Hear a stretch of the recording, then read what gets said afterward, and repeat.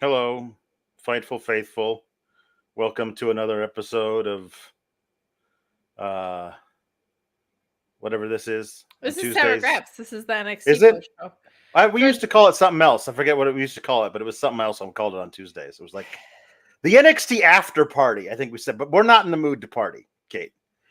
This is a fairly dour affair. It's the kind of party where everybody sits on a couch drinking whiskey and like Deftones is playing on the CD player in the corner. You know, those are the kind of parties I like. Honestly, if I could sit in the corner and listen to Deftones, sign me the f up. But this made me want to Great American bash my head into the wall a little bit. But get in your super chats, get in your hover chats at hoverchats.com. Deftones rule. This is the second time you're just out to hurt my feelings. The first one before we went on air. It's a little bit more on the downer side. Yeah, you know what I mean? I wasn't mad about the show. I was just disappointed. But we're going to talk about everything on here. So get in those super chats and humper chats at humperchats.com. Please leave a thumbs up on this video as well. It helps people find us in the algorithms. We appreciate your support, however you want to give it. But the best way to support us, if you can, head over to FightfulSelect.com and lay down $5 buckaroos, best $5 in the business. So much going on at Fightful Select. A pay-per-view is coming up, so there's going to be even more at Fightful Select. Yeah. But Sean combined the Q&A and the backstage report kind of into one, so those are nice consolidated shows for you back there now. You get access to the Fightful Select Discord if you want to talk about wrestling with normal-ish people, as normal as us wrestling fans get, but not creepy, offensive weirdos like you might get on other parts of the internet. But most importantly, for SummerSlam weekend, you're going to have me and Alex Pulowski, this fella, doing your PLE post-show behind the paywall. Against our better judgment, we will not be doing a 3-hour pre-show to go with the 3-hour pre-show that will be taking place with 0 matches on it before the PLE. But man, oh man, FightfulSelect.com, best $5 in the biz. Here's the thing, Alex. Yeah. I did not care for this episode very much. Well, I can't imagine, outside of a couple of things, why you would. Yeah, there's some stuff on the gal side showed out, as it does. That's what happens with ROH too. But what are they doing to my champion? What are they doing to my sweet Ethan Page, man? I don't know, man. I can't with this, but we're gonna get into all of that and more. Alex, why don't you tell them what the puns topic is? Because you just outright freaking rejected my idea. I did. But I think for the better. Because the main attraction tonight was a concert given to us by Joe Hendry, he in whom we all believe. So I decided concert puns or musical act puns. Find your favorite band or singer or songstress that you may have seen in concert. That person or the act of going to concerts, anything in the concert milieu. There you go. There's your puns for tonight. Live music puns. Yeah, there you go. I liked my idea, but we're not even going to tell you what it is because Alex already broke my heart with it. But that's like the 8th least heartbreaking thing to happen tonight because this was not a strong app. A lot of good in-ring, as is often the case. But Alex, this did not feel great or American or bash. Discuss. Well, we'll start out with this. Hank and Tank, they have something. It needs work, but like they have something. I just feel like it needs to be refined quite a lot. Sure, but we're developmental. I like them as the big dopey duo. I think that wrestling companies need big dopey tag teams that have no chance of ever becoming champions. I think you need that. You know what I mean? And they'll be fun every time you see them. They'll be fun. These are the kind of acts that kill at house shows. You know what I mean? But you're never actually. But if you're actually, I think, booking them right, they don't actually hold the titles ever, because serious wrestling should prevail in the title division. But they're a lot of fun to watch. I just feel like there were too many jokes squeezed into this opening Mission Impossible thing, so that the one joke that I loved was when they were like trying to hack into the system to get into the building, and Tank was yelling at the wall, "Oh no, the firewall!" And then Hank said, "Hey, Tank, that's the drywall." And then he turned around and saw all the servers there and said, "Oh no, the firewall." I was like, that's a good gag. But like, I had to wade through all these other not so great gags to get there. And then there were more bad gags after that. So like, you guys had one humdinger and the rest of them were all kind of meh to me, I'll give them this. It wasn't just a picnic like we've gotten every other time. So I did appreciate that. I disagree with your assertion that they should never be tag teams champions. I will say tag teams like this, for me, can be tag champions as transitional champions, or if there's just a side to them we haven't seen yet. Like, they're super fun. If they reverse Heavy Machinery it, like if they, instead of starting serious, start goofy and then back into something more serious, as opposed to Heavy Machinery, which went the other way around. But that's what developmental is for. It was weird because they got pushed very heavily and then they didn't.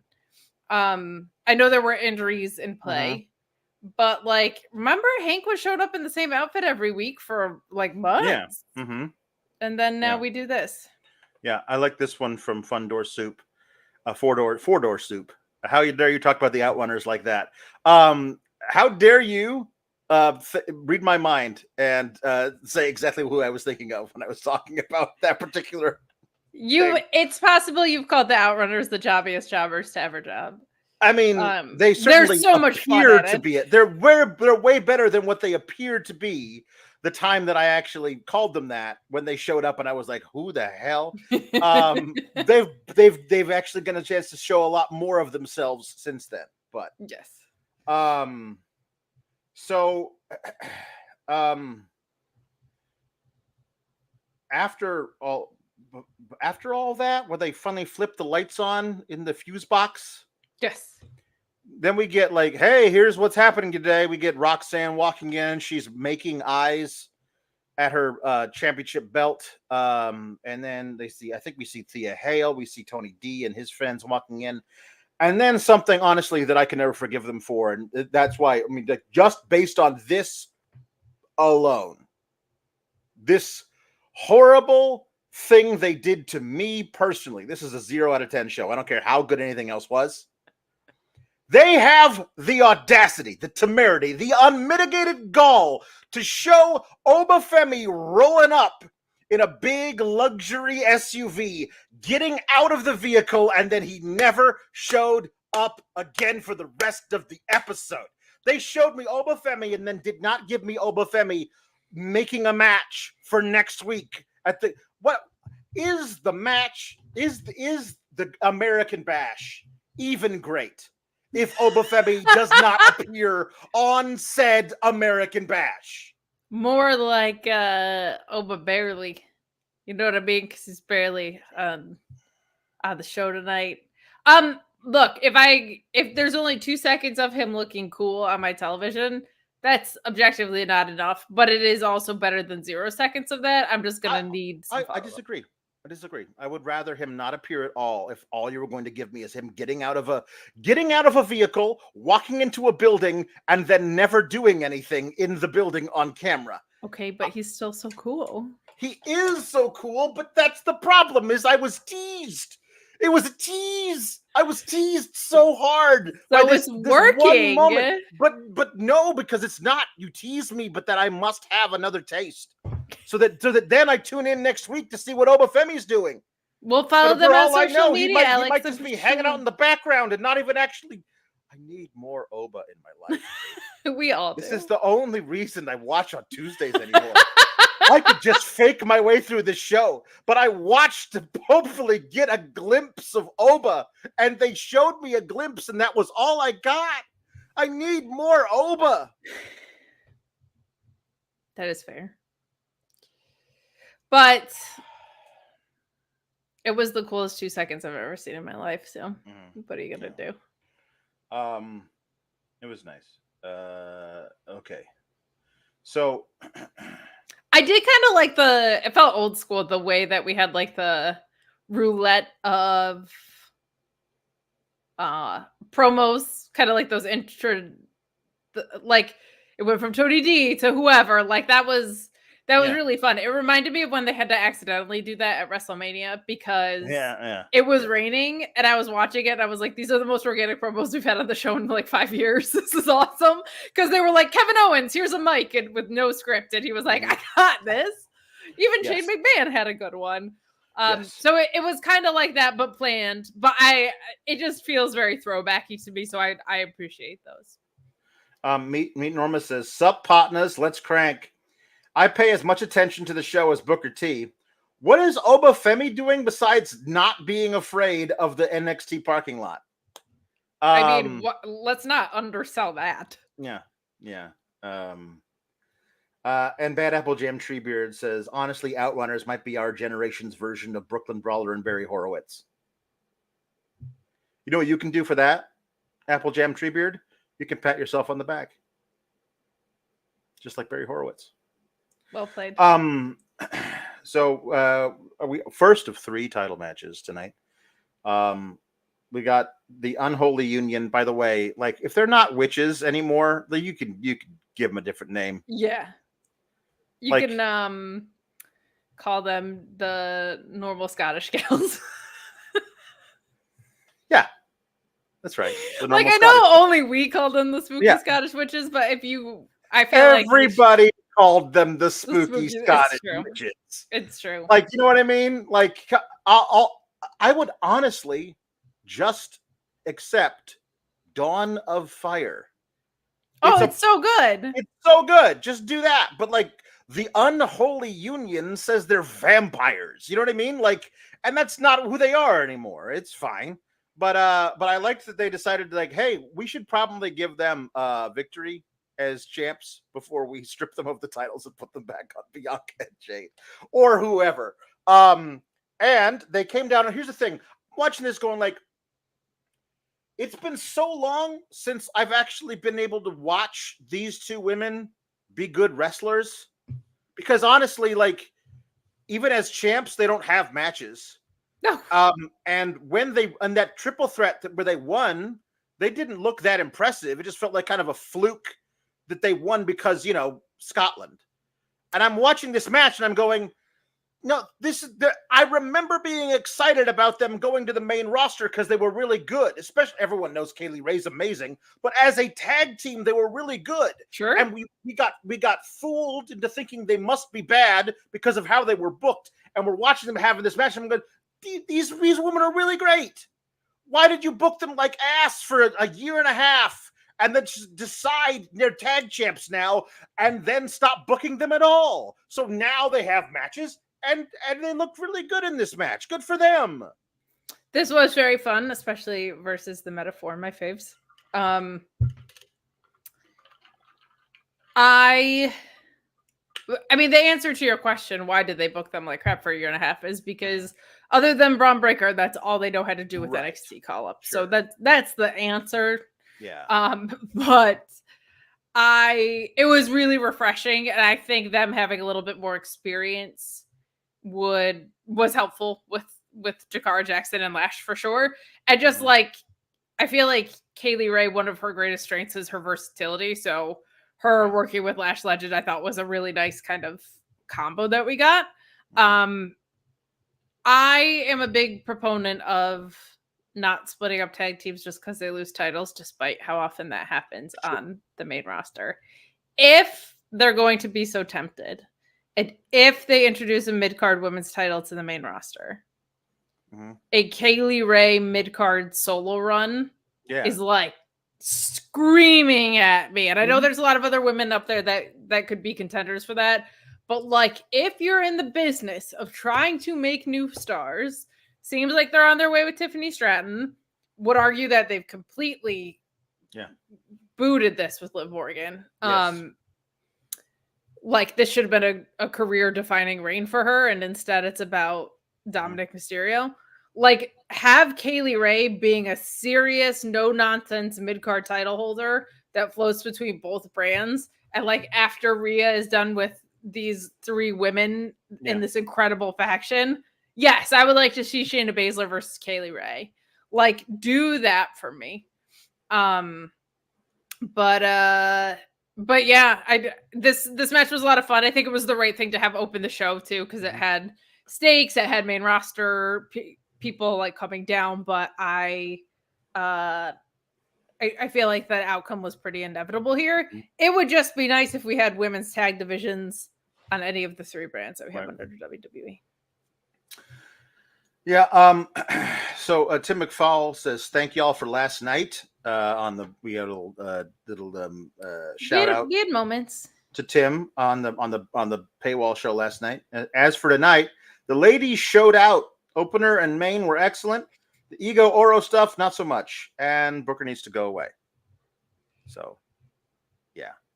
We just say it week after week, and I hate beating the drum, but he's terrible at this. Like and it's a complete lack of effort on his part too. Like he doesn't watch the show every week. Yes. Earlier we had Luis Polito, our wonderful mod, who said that wrestling is for everyone, in response to something we're not even going to give breath or time to. But the Harvesterian says, "I'm a gay old non-binary boy, and when I kiss the living hell out of my boyfriend tomorrow, I'll remember that comment. Sourness wins."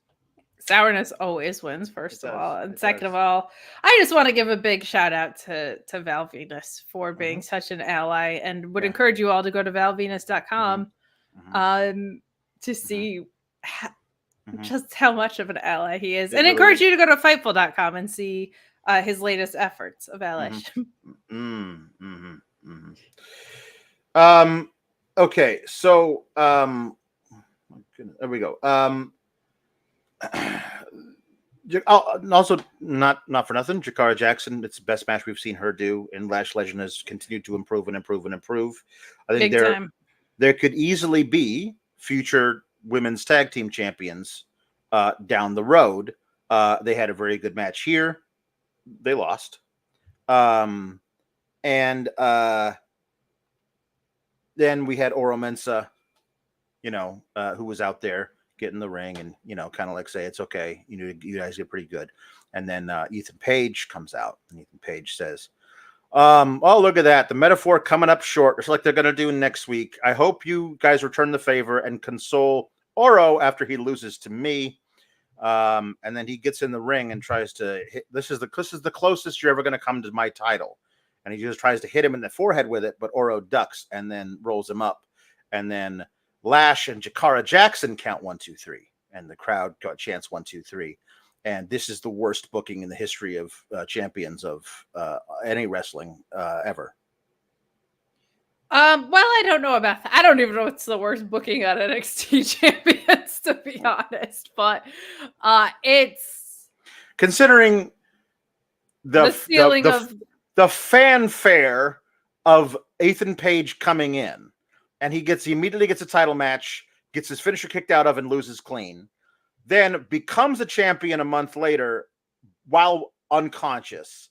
And now is locked in a feud with a guy who keeps rolling him up when it's not really a match. And people count 1, 2, 3. And and it's slowly driving him mad. Like, Ethan Page is doing everything he can to make this watchable. It's not his fault. He's really good at this. Imagine if they gave him good material to work with. I came to ego as soon as you pointed out that they're the missing him. That's all I could think about for this part of the segment. I hate this. I hate this. And before you try and explain to me, it's not that I don't get it. I just hate this. Yeah. Like, there's a thing. It's not lost on me that my favorite promotion, more often than not, is New Japan Pro Wrestling. And I understand that both TNA and NXT are pretty much at the opposite end of the spectrum as far as like what that offers, right? Mhm. But I love all wrestling and I adjust my expectations accordingly. So when it's still this bad, Mhm. it's so maddening to me because I feel Yeah. like I've already made adjustments in what my expectations are, and then on top of that, out of taste, and then to see this kind of stuff is just bad. Like, this is just to go from a title reign with Trick Williams where he defended once on a house show Mhm. and then beat Ethan Page once. That was what you're doing with like the most over guy in your promotion. Yeah. Because you brought in Ethan Page, you cut that title reign short because he's Yeah. a big deal. He has so much experience and poise. He's great at every aspect of this. So, of course, strap that guy up, make him feel like a big deal coming in. To then make him look like a freaking goofball is stupid. If you Yeah. wanted him to look like a goofball and not a real champion, you could have had him do a bunch of other stuff outside the title picture. It's just so frustrating when you see what this guy is capable of because you see him trying to make this work and you've seen his other work and that this is what we're getting out of this. Yeah. Why is he even coming out after this match? Because Oro Mensah is so under his skin?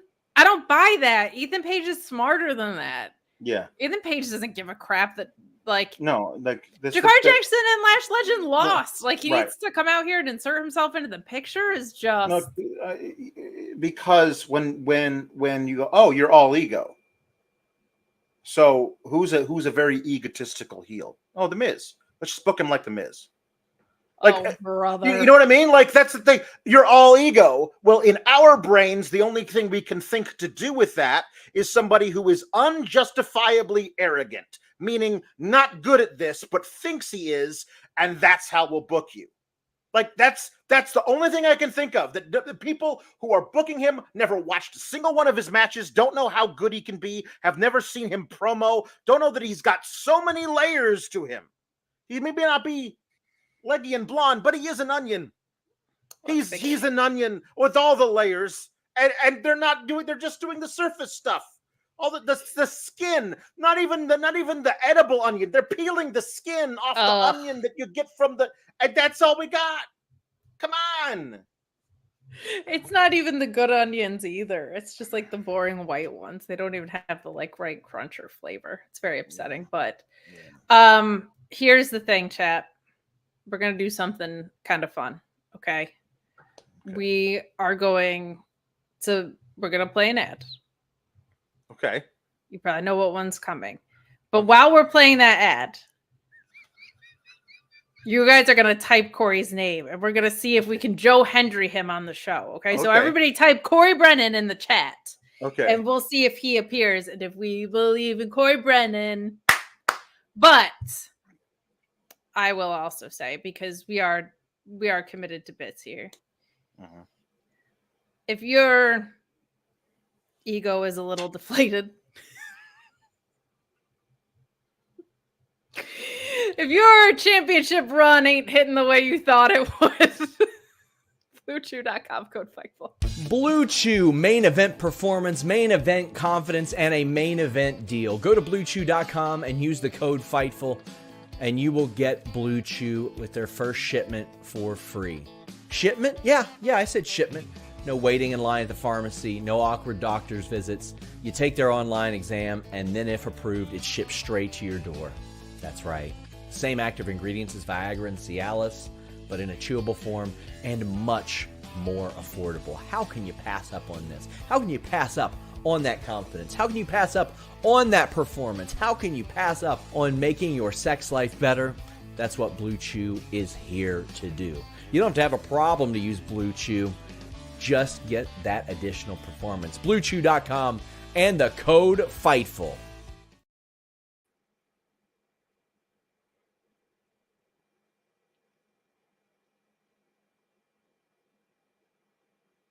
How's it going? Good? You're muted. No, what happened? Why do you I don't know. Sometimes the ads get weird on me. Like it's still playing. Can you hear it or no? Because I can can't still hear hear it it. playing. No, I can't It hear it. loops on me. It drives me absolutely crazy. I'm sorry. I don't know what to say. I'm sorry I'm about it. exasperated, Okay. but I'm also delighted because the chat said his name and he Oh, wow. decided not to be a coward. We believe in Corey Brennan. Yeah. We do? Do we? Are you going to do the clap? Such a Hi, Corey. convoluted setup. Such a convoluted setup.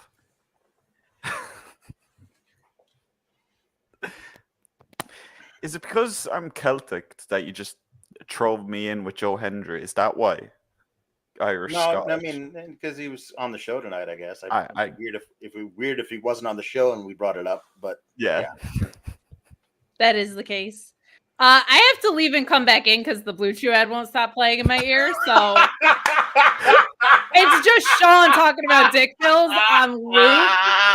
So I'm gonna go ahead and log back out and come back in. We'll be right back. This music. Okay. And Bad Apple Jam Tree Beer says at least Kate played the correct ad this time. That is also true. She's been slacking in that area a little bit. You know, it's okay. She'll get better, as evidenced by tonight. But Corey's here, and I'm assuming he has scoops. More just because there was so much in recent weeks that I haven't popped on to talk about as well. We got Delta signing, we got Julia on her way in, we got Stephanie Vaquer signing. There's just so much stuff going on. Earlier was in the Raw notes, but included NXT notes. There is going to be a double taping of NXT at the end of next month or the start of September. Double taping. They've started stacking level up tapings, which they usually do. I'm not sure yet. I'm pretty sure it's before a trip to Saudi that they're doing it. I'm trying to think what else there is that's been going on in the last few weeks. Mako's one that was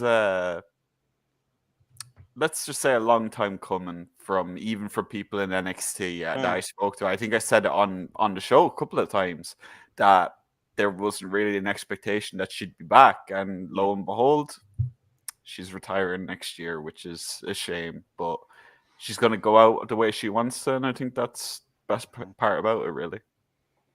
I obviously had to leave and come back because I just heard Sean talking about the same active ingredients as Viagra in my ear over and over again on loop. But very happy Corey is not choosing to be a coward this time and is stopping by the show.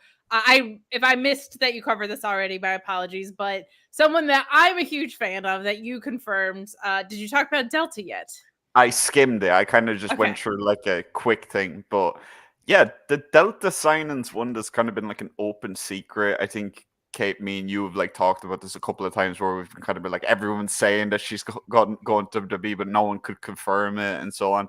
Eventually, someone did confirm it to me. A couple of people did confirm it to me. She did impress a big time at the chamber tryouts, and then in the weeks following, they subsequently offered her a contract. She accepted, but a lot of people were confused as to why she and Julia could complete their dates, but Stephanie couldn't. It was very much a case of by person. Like it was Julia and Delta both wanted to finish off their dates. They wanted to say goodbye to Japan and to Australia, respectively. Stephanie achieved her dream. She wanted to start with WWE as quickly as possible. And that's just the difference. That's really all the difference that there is in this scenario. I had that question asked to me a bunch. But Delta was supposed to move to the US this week.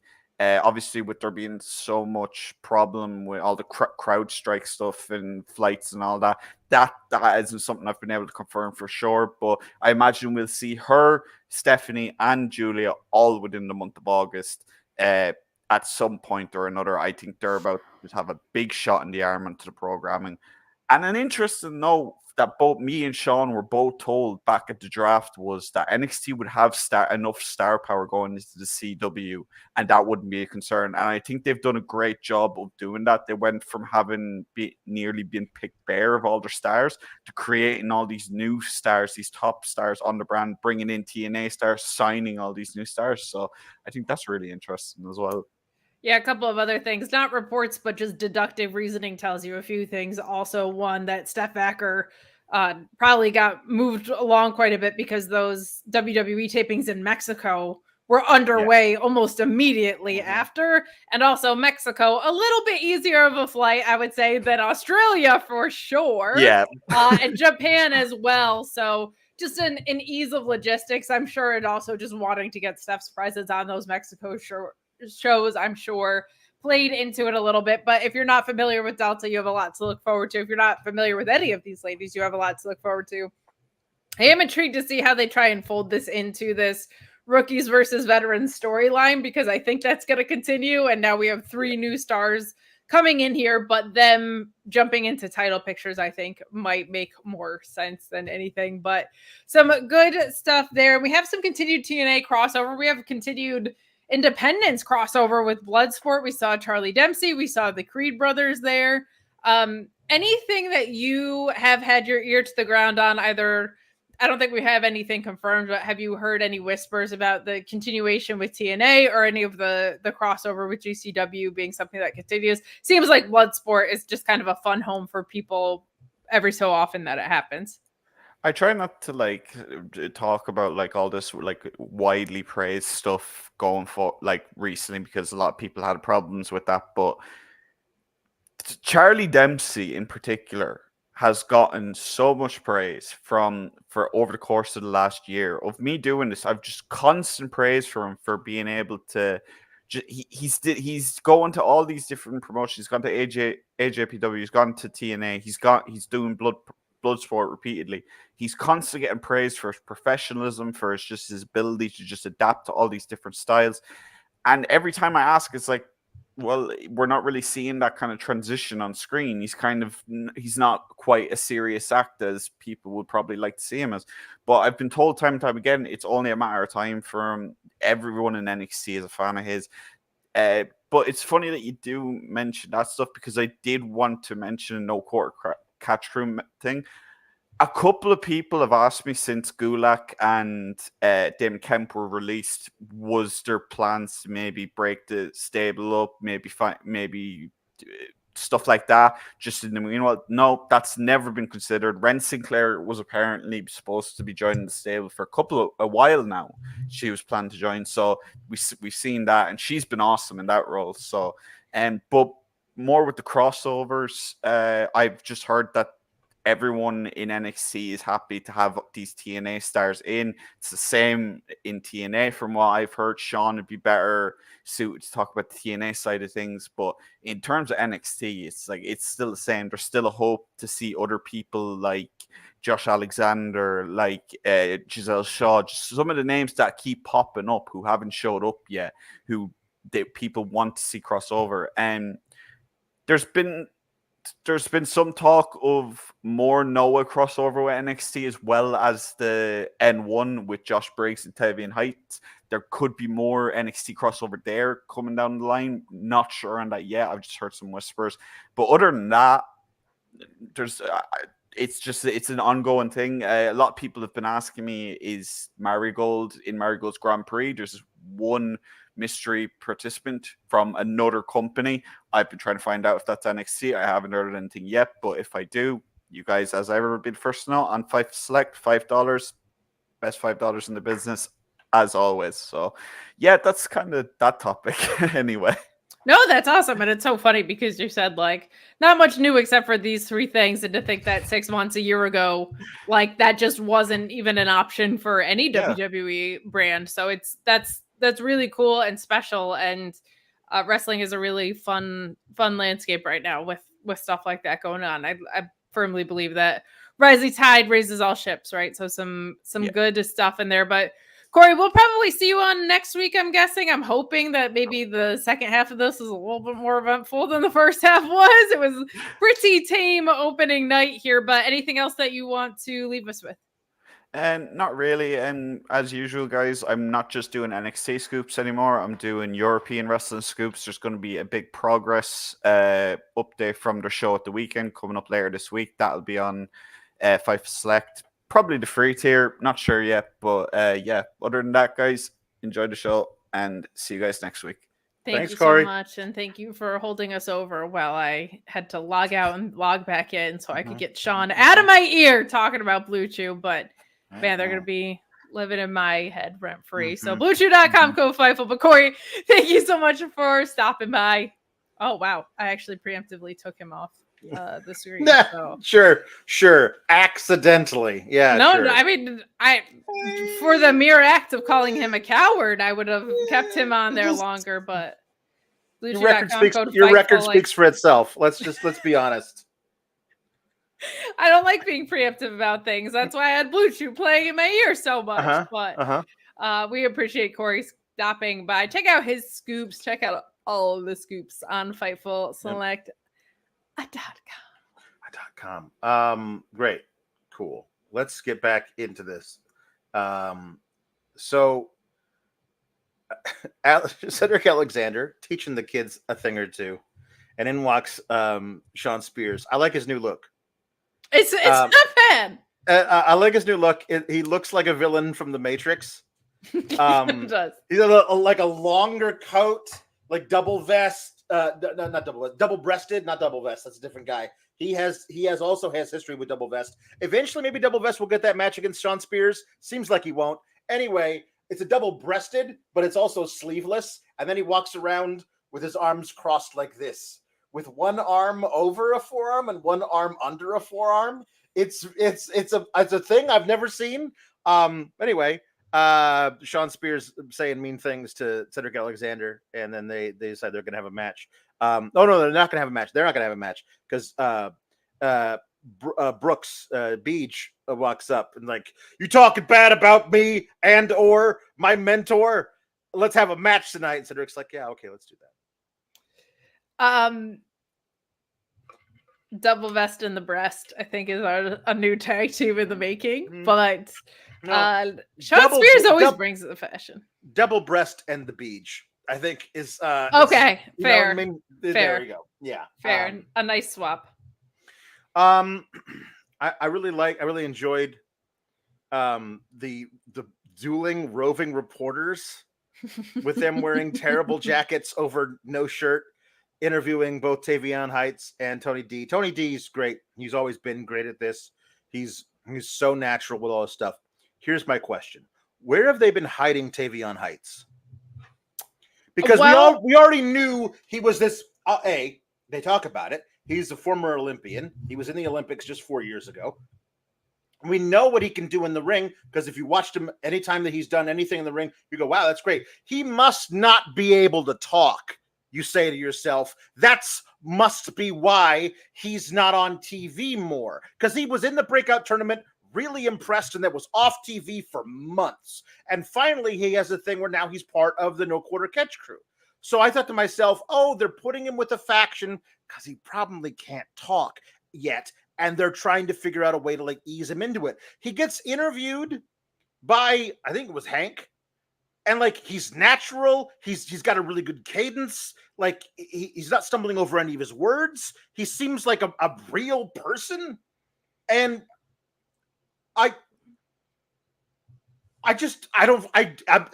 unfathomable to me that this guy apparently is the full package, and he's just been off. Well, maybe he wasn't. You know what I mean? Like that. I suppose if this is the first promo he's ever cut good in his life, and it just happened to be on TV, what a miracle! I said, and I stand by, like, they earned my trust with Oba Femi because we were like, what happened to that guy who was shot putting couches? He ruled. Yeah. And then he came back and he has been the complete package and he has followed through on all those things. So I just don't know. I don't know if they wasted our time and he's always had this because he feels natural.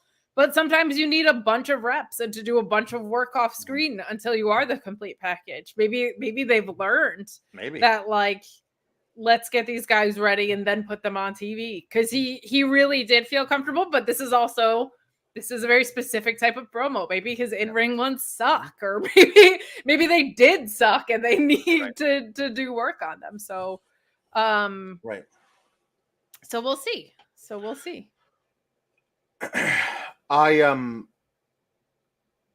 Let's talk about this Tony D'Angelo and Tavion Heights thing, and we'll go back to the Pete Dunne vignette. I don't want to break it up.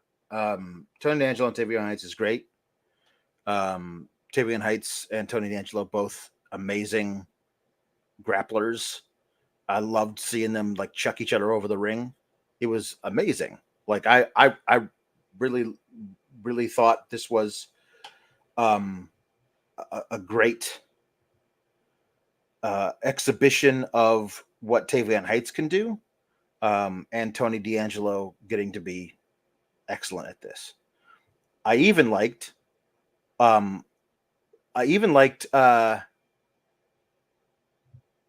Ren Sinclair showing up in the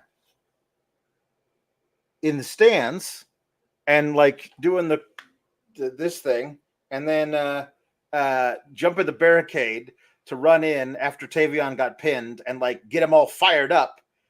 And then he ran in and actually pinned Tony D right after that. But then they were arguing about whether or not Ren Sinclair was allowed to do that. And because of that, Tavion lost. So yeah, I Luis, think, can you pay some extra attention to the chat right now? Sorry, there's some stuff going wild, some good, some bad. We got Twitch rated. We got Twitch rated, but then there were also people being awful. So just if you could keep an eye on that kind of stuff. Yep. Yeah, I liked this a lot. I feel like there is such a breath of fresh air for me, even when they're not my favorite matches. Just the idea that these matches have something different to them is such a breath of fresh air for me. Of like, there's different rules. It's something to break up the rest of the programming. The rest of the programming is wacky as hell. So the idea that there's just something with a specialty around it, much like Pure Rules and ROH, I really, really like. This was still kind of used for shenanigans, but they were better shenanigans. Like, they made sense. They're pushing things along, so I don't mind that. But I appreciate what we're getting out of this Tony D Heritage Cup run, because I think it's been very, very productive. Yeah. And I like that Tavion Heights got a chance to show what he could do here. He's always impressive in the ring. So it was a little bit goofy, but on the spectrum of goofy things on NXT, this was like the lowest. Yeah. I also love Tony being this ultimate tweener, but he's probably actually a bad dude, but not a Tito, but a bad dude. And but him saying like Tavion Heights, he's a legit guy, he's Olympian, but I don't do my work every 4 years. I do it every day, and I love that. That was great. Good. This is what, like, honestly, I feel like Tony D should be a much bigger part of the show. He's been around since the beginning. He's proved he can do everything, but every time they let him go in the ring or in with a microphone near him, he kills it.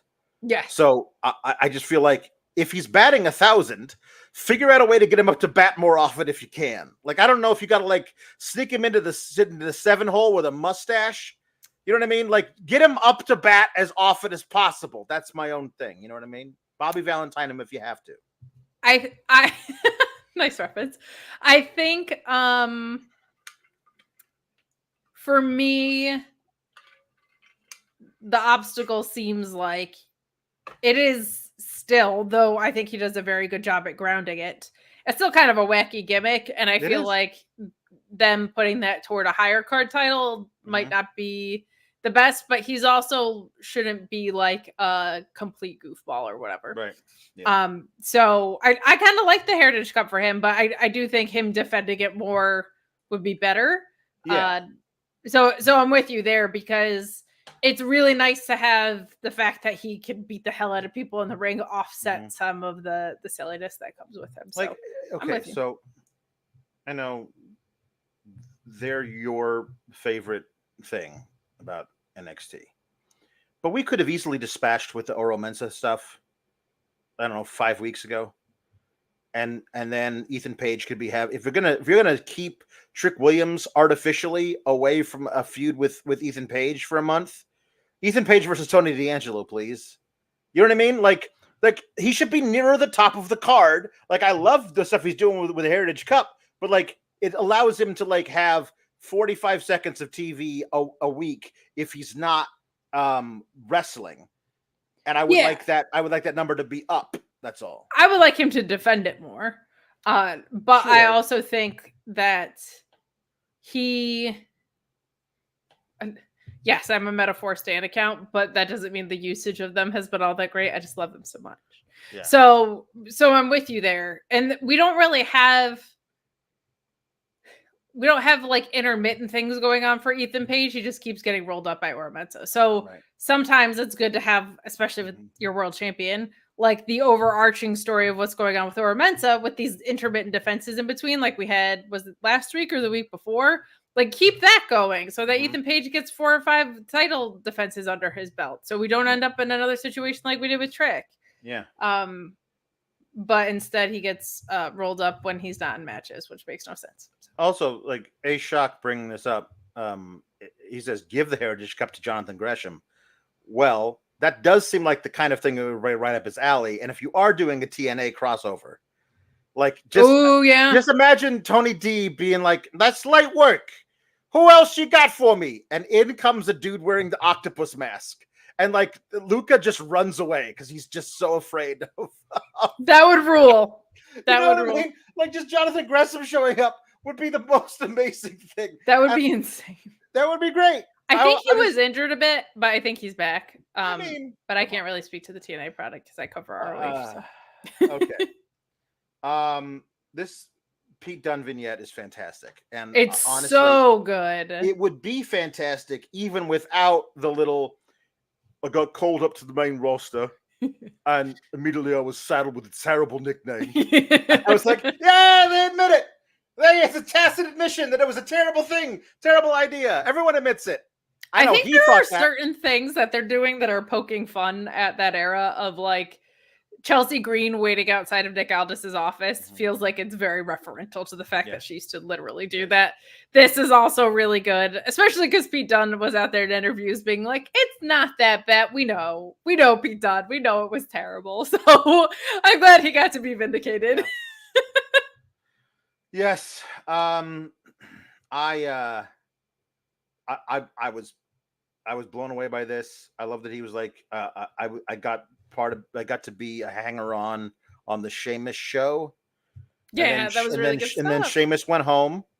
And this is the only part about it I don't love is and then Ridge ran away when it started to get tough. And I was like, he's right over there. He's literally right over there. He's a college student now and a t-shirt designer. He's really bad at both things. You should go beat him up. I don't know why he yes, Ridge Holland did run away, and you never resolved that. And you're now in NXT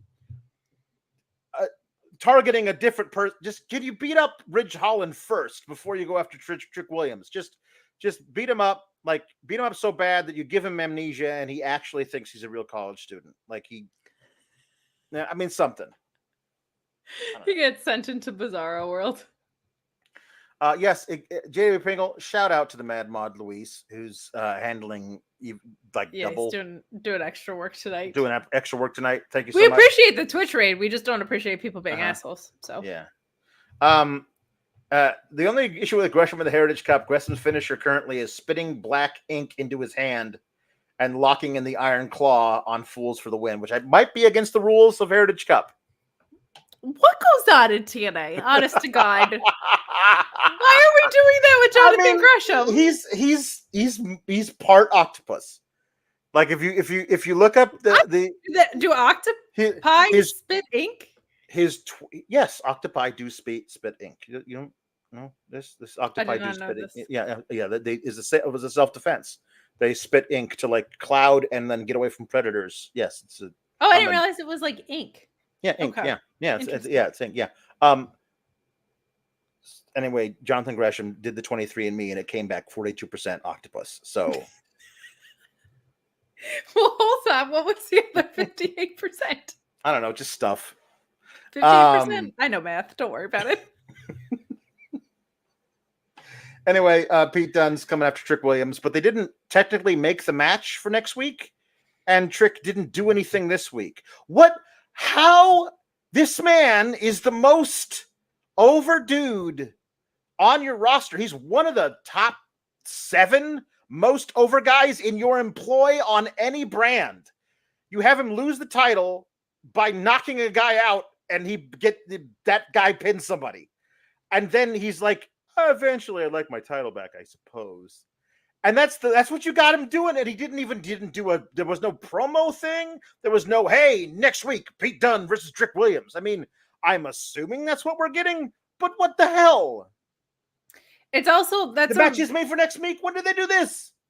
I didn't do this. I didn't see this happen. That's a main roster talent with huge ties to NXT versus your arguably most over NXT babyface.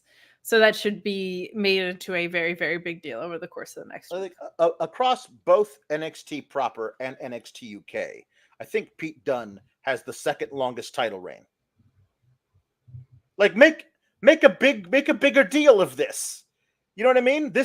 You're NXT champion for what? A month? When I was NXT UK How many champion, defenses? I held it for forever. And the guy who took it from me held it for 900 days. That's how good that guy was. That's the only reason I lost to him.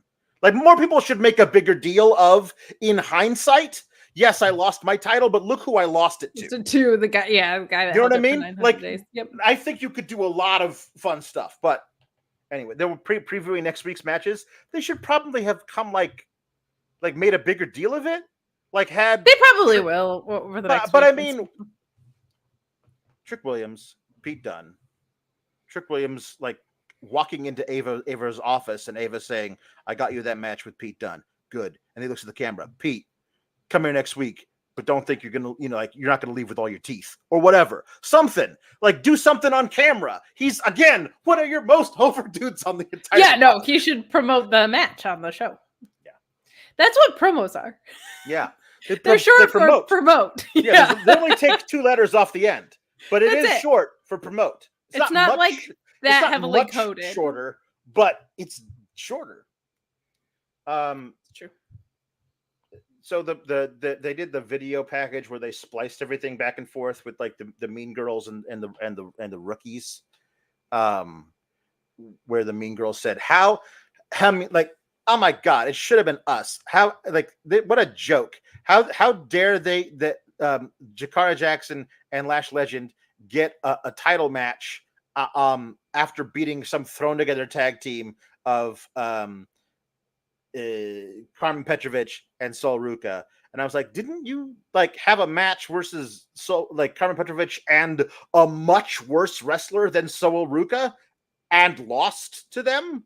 Like, I understand they're delusional heels and they don't but somebody should recognize that just straight up telling lies is not fun for us to be lied to and gaslit, even by people who are, I don't know. It's a weird thing to me. Also, I was really happy that Sol Ruka, they didn't show this on TV, which means that they don't actually want us to know. They don't want us to know that. But Sol Ruka says, Fallon, if memory serves, didn't you and I get to NXT at the exact same time?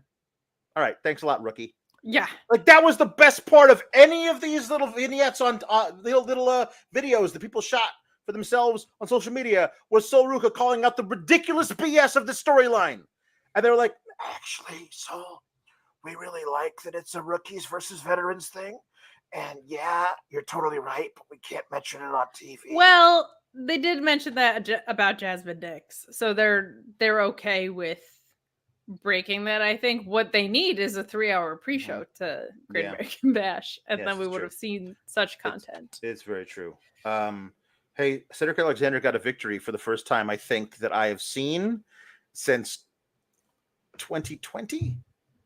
Oh God, I mean, I don't know, but like, when did the Hurt Business break up?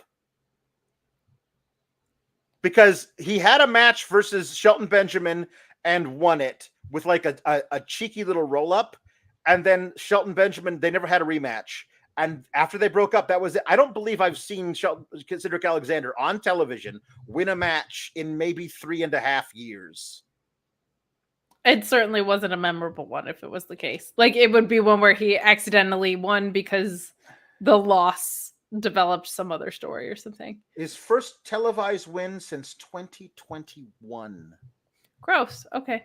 Cedric Alexander is a really damn good wrestler. If you doubt that and you have Peacock, fire up any of his title defenses when he was Cruiserweight champion.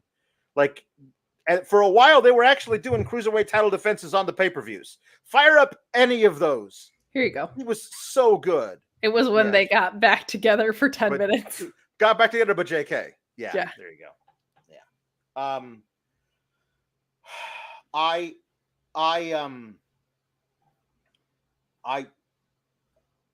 You forget how good he is because he's usually in a squash match on the wrong side of one. Sure. And he's very good.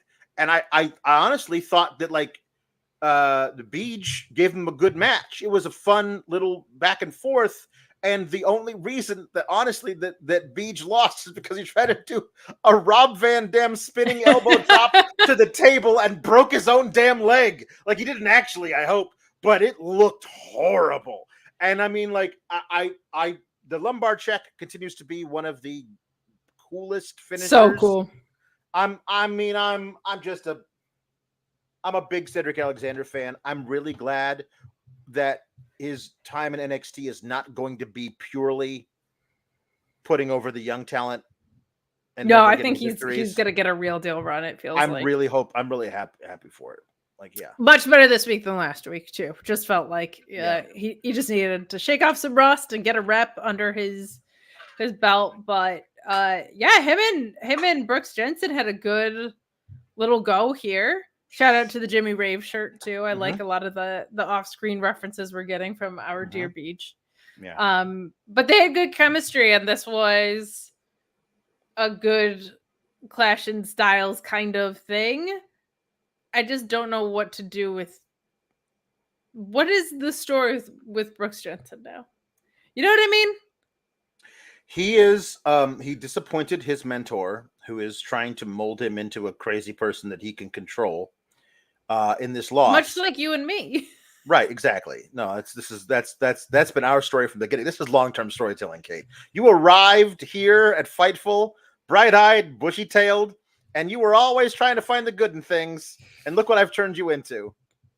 That is categorically untrue because I watched before.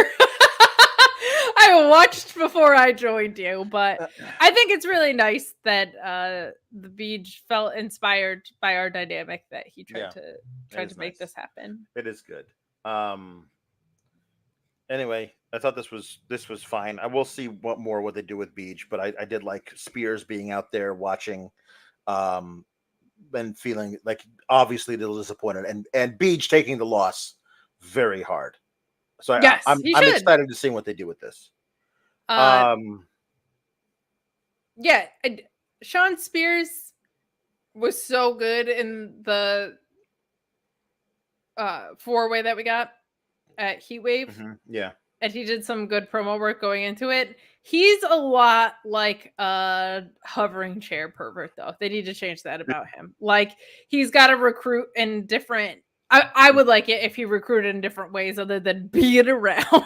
Like, switch up the playbook a little bit and the presentation on that, because he should be scouting talent, but, like, he's that guy when you're just trying to write a fucking check and there's a guy over your shoulder. Like, he is that, but he's got a steel chair in his hand, like, at all times. But I think it would help the act of, like, what? You're just trying to write a check, and there's a guy. Is it? No, you like if you're at a bank and you're writing a check and there's a guy behind you in line or whatever. And I thought you were like just paying for feel your him groceries with a check, like it was 1987. No. Okay, cool. I wasn't even born then. I'm 24. I know. That's why it was so surprising that you would such a mention dated writing a check. You know what I mean? Like, I'm so ahead of my time. Yeah. I saw there was a woman ahead of me in the grocery store writing a check for her items, and I thought I was having a stroke. You're like, what decade is it? What? That I honestly I don't think I've seen anyone write a check for an item at a place like to purchase probably for 10 years. I don't know if I've seen anybody pay with cash in the past 5. Yeah. But the Javon Evans vignette was really great. And good vignettes tonight overall. It's a really great vignette about him and his story, and like the first time he ever. This is a really, really effective vignette. With him talking about the first time he ever found solace in wrestling was that his mom and dad would fight all the time, but as soon as wrestling came on, all the screaming would stop, all the arguing would stop, and everyone would get around and want to watch wrestling. And that's really heartwarming. His mom was a Cena fan, and his dad was a Booker T fan. Right away, his dad, honestly, questionable. Booker T was an awesome wrestler. I mean, if he was like, you know what, Ian Riccaboni, my goat announcer, Booker T, my goat announcer. Yeah, there you go. Then I would have questions. But he was told a story about sneaking into a neighbor's yard and when they went to work and playing on their big trampoline. When they got home, they run away. He says, "Can I get in trouble for saying this? No? Okay. I used to tell my teachers to suck it." It was so endearing. Really heartwarming. And also, for me, a couple things. So, first and foremost, the vignette itself, because I haven't been fully in on like Bouncy.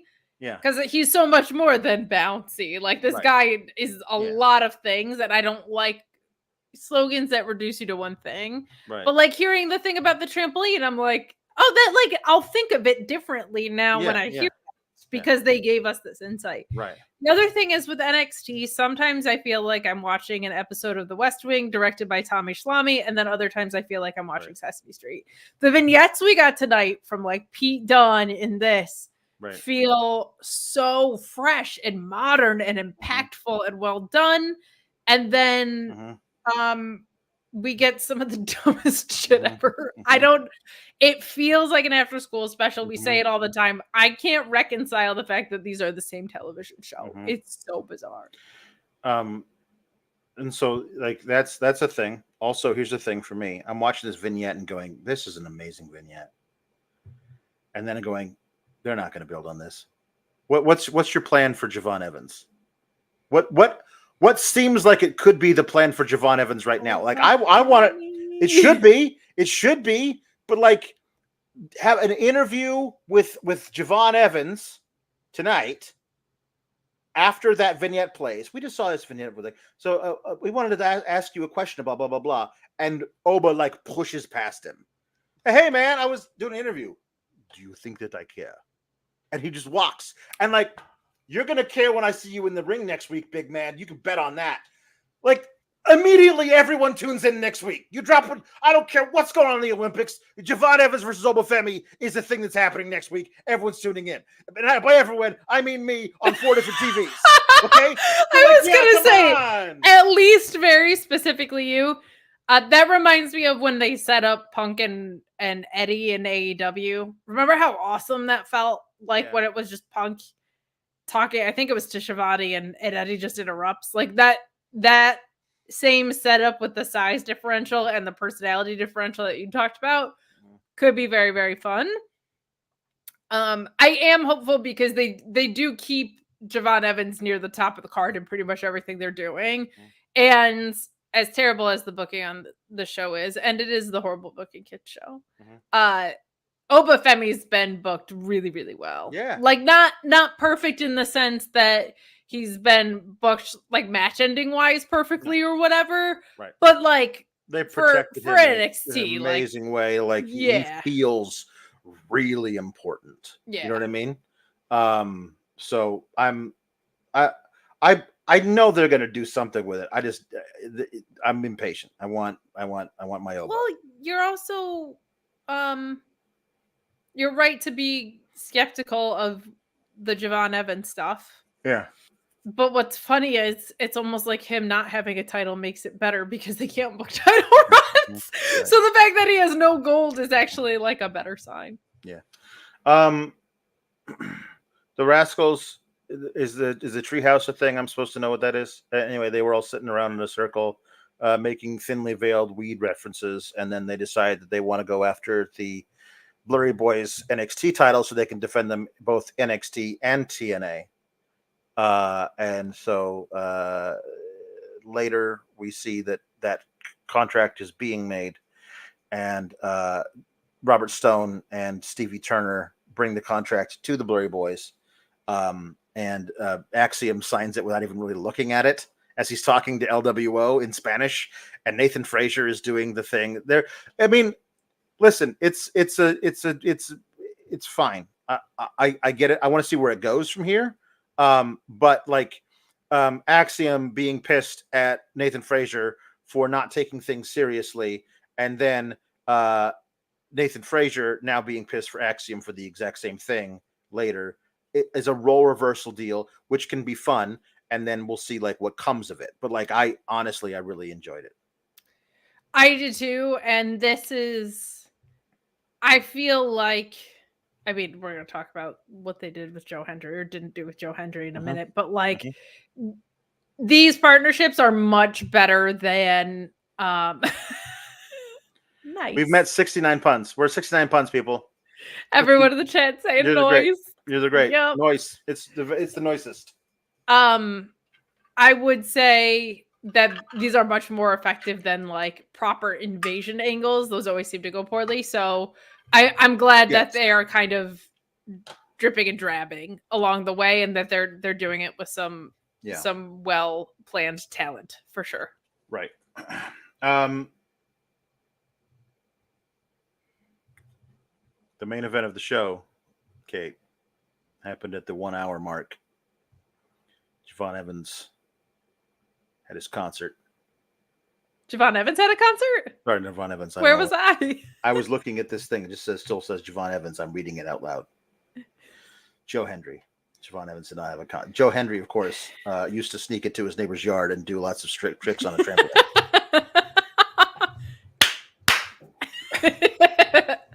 No, Joe O'Toole, you did not imagine a laugh track over the Rascals bit. Yes, there was a laugh track over the Rascals bit. I believe it was that 70s show reference. Okay. Joe Hendry came out to sing a song. His guitar was not in tune, and that was not part of the bit. Like you could tell he was like, what the hell? Why is my guitar not in tune? Yeah. Like he was visibly irked by this.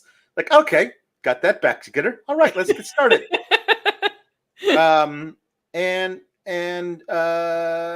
was a 4 out of 10. You know what I mean? Like I've done the research. I've listened to other songs of his. Some of them are some slappers, some good stuff. Like his actual shoot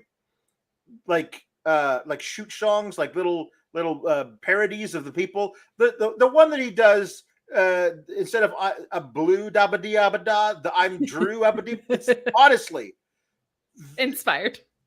One of the very best parodies ever written, ever. Okay, this was like slow and plodding, and parts of the crowd were doing the thing, but like right up, like dead center of the crowd are 4 people just not having it, and they couldn't hide them because they were dead center, and everybody around them's doing the thing, and just nope. And so I just thought that I thought it would be more, but everyone's telling me It's got to be HBK and or WWE that's saying like, nah, tone it down, man. Let's make all of your insults toward the Gallus boys pretty tepid. You know, they got deported for having awful facial hair. Boom, what a zinger. I liked the Dutch Mantel line, but the Dutch Mantel line was clever. It was very clever. I liked it a lot. I was all prepared to come on here and for you to hate it, and for me to be like, Alex, sometimes you just need to have fun. Sometimes it's just wrestling, and you gotta bite into the fact that people are over for fun, silly shit, even if it's not the most clever stuff. This wasn't like, this wasn't like the best. I was all prepared to be like, Alex, sometimes, but like I can't, because this was not that good. I think part of it is like when he did the one with Top Dollar or AJ Francis shedding his WWE name. Like, they had been so entrenched in a feud that there was just more heat to it, where I feel like when you're feuding with three guys that you haven't really interacted with, and you just like, it's Scotland, like there's not enough meat on the bone, and this was not the best one of his. I'm a big proponent of the "You Will Always Be Edge's Bitch" one about Cardona. There's a lot of really, really good ones out here, but I was kind of bummed. But the Dutch line did pop me, but that was kind of it. And it wasn't like, I was expecting a slapper. This was like the chorus of, if you hate Gallus, wave your hands in the air. They got deported for having awful facial hair. And then he goes again, if you hate Gallus, wave your hands in the air. And I was like, I was waiting for another rhyme that's not just repeating the awful facial hair rhyme, because there's so many things that, rhyme with air. Care, fair, bear, lair. He's in Florida though, so he just knew the crowd he was playing to. Okay. Florida singer. Yep, we're good. He's later they say, hey, right after this, then they were going to do an encore, but he said, out comes Gallus and Joe Gallus, Mark Gallus, and Wolf Gallus all come out, and they say, we're not doing that, and then they attack him and they hit him with a guitar in a tribute to the greatest babyface in AEW right now, Jeff Jarrett. And then like so then there's that, and then they ask Joe Hendry about that later, and he challenges Joe Gallus to a match next week. Like, I'm glad they're doing that with Joe Hendry. They're doing that, but you could have easily done that with Trick and Pete, and they didn't do that. But okay, I would have, like, if you establish a partnership with TNA and you're like, I have access to Jordan Grace, Joe Hendry, and the Rascals, or whoever. There's, especially with what he did for Social and the ratings, like, there's no excuse for bringing him in this piss poor. Like, the Battle Royal stuff was really bad and didn't pay off at all. Yeah, no, it didn't at all. Like, I really thought we were going to get a Sexy Boy parody. Like, I thought this was going to be a him v. Shawn Michaels thing, until Shawn Michaels was like, you know what, you're fighting that guy, and it's Oba Femi, and he gets his ass handed to him, or whatever. Like, something like that, where he's going after Shawn Michaels. But it wasn't the greatest concert of all time, unfortunately. So we'll see what they do moving forward with him. I feel like there's a lot of potential there for other stuff, but like, if the whole thing is like, let's bring him in, make him look good so that he'll want to sign with us when his TNA contract is up. I'm like, okay, but like, if you do that, you have to actually let him be himself here, and not like narrow down what he can do. You know what I mean? It's sure. I mean, You know maybe this is true. Maybe he is saving it for the Ethan Page feud that we don't even know is going to happen. Says Ryan Shakini. I mean, that's my hope, is this is a bit more of an extended stay, but if I had to put my money on who he feuds with next, I wouldn't even know who that would be, but Right. I know where I would go for pretty much all my betting needs. Yeah. Do you know where it is? Would it be an online place for bets? Unbelievable. I would bet on you anytime because you are 100% right. For years, you've seen BetOnline AG's odds on Fightful, whether it be wrestling, MMA, or boxing. That's who we trust. 25 plus years, they've been trusted online by millions. They've got a safe and secure environment. They've got payouts in minutes, high credit card acceptance, the earliest lines, the fastest payouts, and the industry's best bonuses.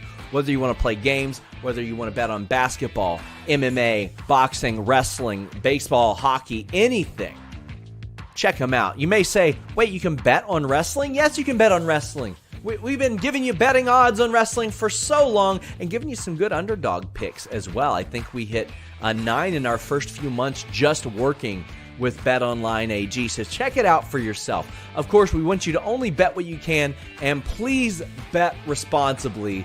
Check out our friends over at BetOnline AG. Are you still hearing it? Is it looping for you again? I am not still hearing it, but it Oh, thank glitched God. out in the beginning. It sure did. It sure did. Thankfully, it was before I started dancing to the catchy thing, because that would have been embarrassing if everybody saw that. But as usual, Sean causing problems in my life. Mhm. So Mhm. even pre-recorded. Yep.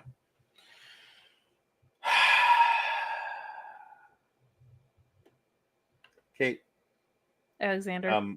Hank and Tank are doing a gag where they're timing each other to see how many Post-it notes a guy can put on his forehead.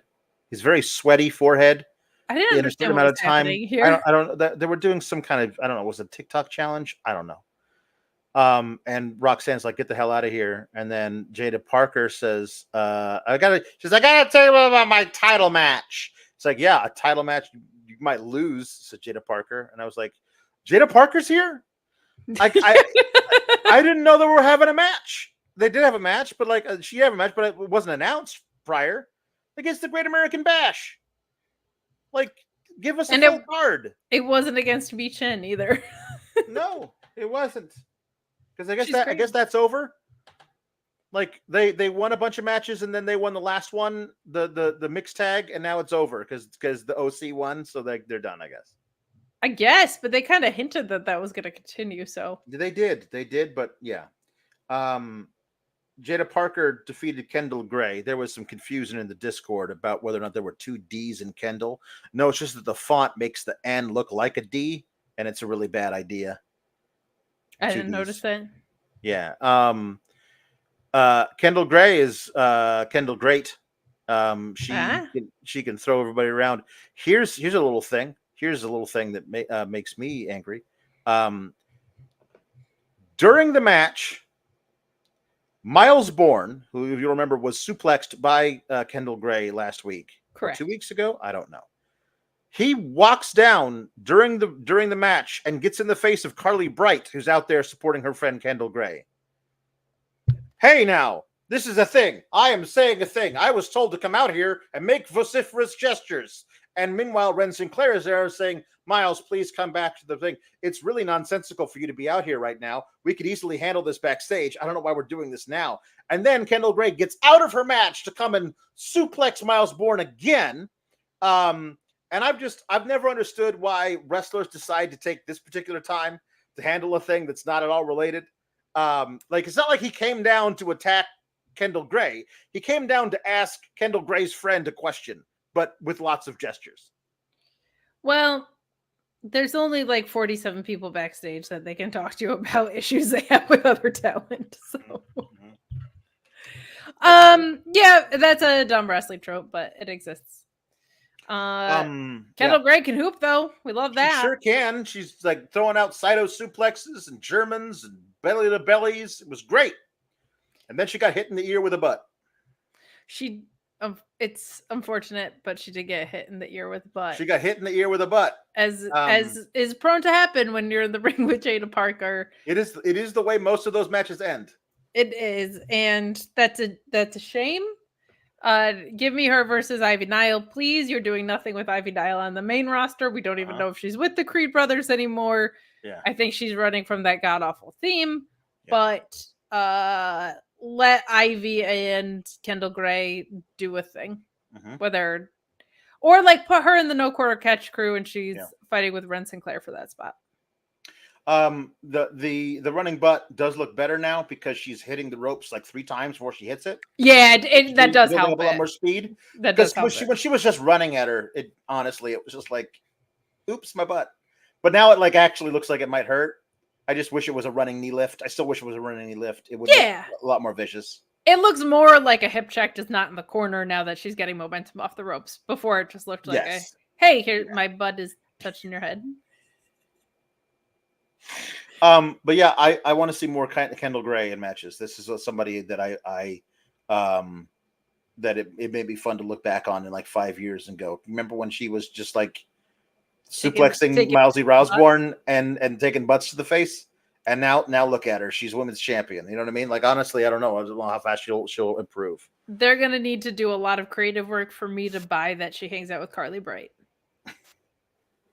I mean, they go to the same hairstylist for sure. Well, everybody in NXT has the same hairstylist. Hey, another thing I hated. Ethan Page and Ora Mensah having a contract signing. Ora Mensah wearing a hat that looks like it's made out of Daisy Dukes. Well, hold on.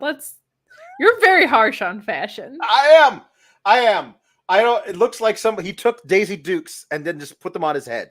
Not everyone has your graphic t-shirt collection and your backward hat collection, Alex.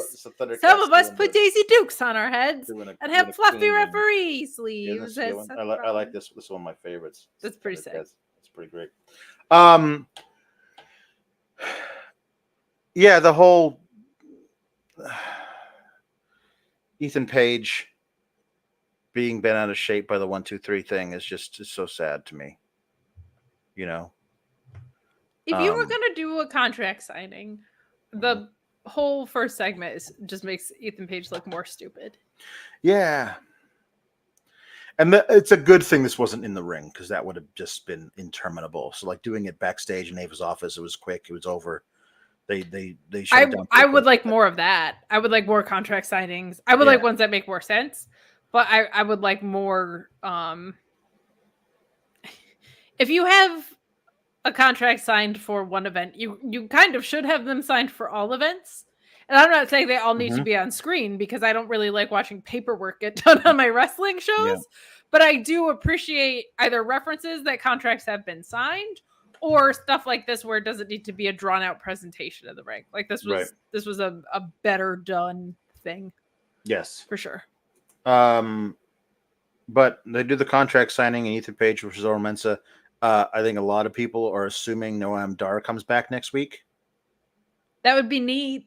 I just don't know his injury status. Like I genuinely have. I don't know, but like it feels like maybe they were putting off this match until Noam was almost cleared, so that you could pivot immediately into Noam Dar versus Ethan Page, and then I would say, so what are we doing with Trick Williams? How long is this feud with Pete Dunne gonna last? Like, again, I mean, you weren't. It's not like you were booking his reign like gangbusters, but you took it off of him, and there is a pattern of him losing a title and then being like, yeah, well, whatever. And it's not a great thing to do with a guy. You know what I mean? This thing I worked my whole life for. You win some, you lose some. Yeah. It's been like 3 weeks, so it's on me. Like I need to get over it. But him being like, I know the title doesn't define the man, just like kind of ruined him for me, honestly, because it's such a stupid line. But what's even crazier with Trick is That was a 4-pack, and he's not feuding with 2 of the other guys in the 4-pack. Right. No. Yeah. Like, it's not like he didn't immediately go back for the title because one of these other 2 guys cost him and he needs to feud with them. He's fighting Pete Dunne. Not that I would honestly, like, really buy it, but I could see him blaming Sean Spears for him losing the title. 100%! Because Sean Spears was pulling him back. And him being like, I never would have lost if it wasn't for you. Yeah. And Sean Spears being like, okay, fine, well, let's fight about it. And like getting at least that would make sense. But it's honestly, it's not even like Pete. It's just Pete Dunne arbitrarily attacking a guy he has no history with.